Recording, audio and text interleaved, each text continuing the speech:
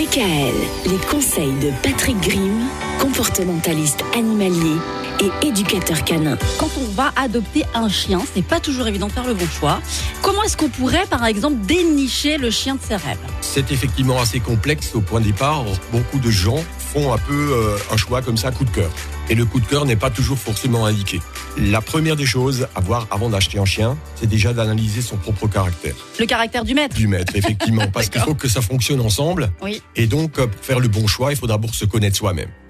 Naturellement, il y a déjà le côté aussi, est-ce que je suis vraiment sportif ou pas ? Est-ce que je suis plutôt casanier ? Donc là, il y a déjà un premier critère. Mais je vais un peu énumérer les différents types de propriétaires qui peuvent exister. Donc les différents types, on va dire, de personnes au niveau justement psychologique. Alors on peut avoir le dominant, qui est soit un dominant déjà physiquement ou un dominant vocalement. Lui, il faut naturellement pas qu'il prenne un chien qui soit faible de caractère. Il faut quelque chose qui réponde à ce moment-là au caractère de l'humain. Si l'humain est trop dominant, il va écraser complètement son animal. Si c'est un animal qui est relativement fragile, on va dire, ça ne fonctionnera pas bien ensemble. Donc il faut des chiens de caractère. Donc avec un humain de caractère, il faut des chiens de caractère. Où est-ce qu'on les trouve ? La plupart du temps, c'est des chiens du style le malinois. Il y a les schnauzers qui ont beaucoup de caractère aussi. Donc, on passe au deuxième, le permissif. Alors, le permissif, il permet tout à son toutou. Le toutou est le roi à la maison. Donc là aussi, si on tombe sur un chien qui a beaucoup de caractère, ça va pas bien fonctionner ensemble.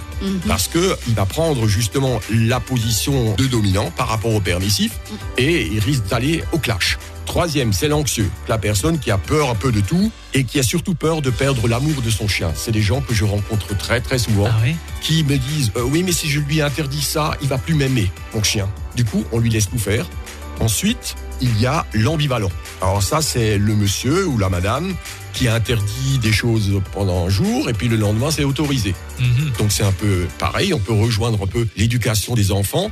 Madame permet, monsieur ne permet pas. Donc à un moment donné, le chien ne sait plus trop où il en est, donc il va tenter à chaque fois de reprendre le dessus parce que naturellement, ce qui est intéressant pour le chien, c'est qu'il ait du pouvoir. Là, C'est pas toujours évident parce que même comme on éduque les enfants, il faut savoir toujours rester dans une même lignée. Le chien doit savoir à qui finalement il a affaire parce que si un jour il dit ça et un jour il dit autre chose, ça devient compliqué. Bon demain, nous, on dira autre chose. Enfin en tout cas, on parlera des autres types de maîtres qu'on peut être avec un chien. DKL.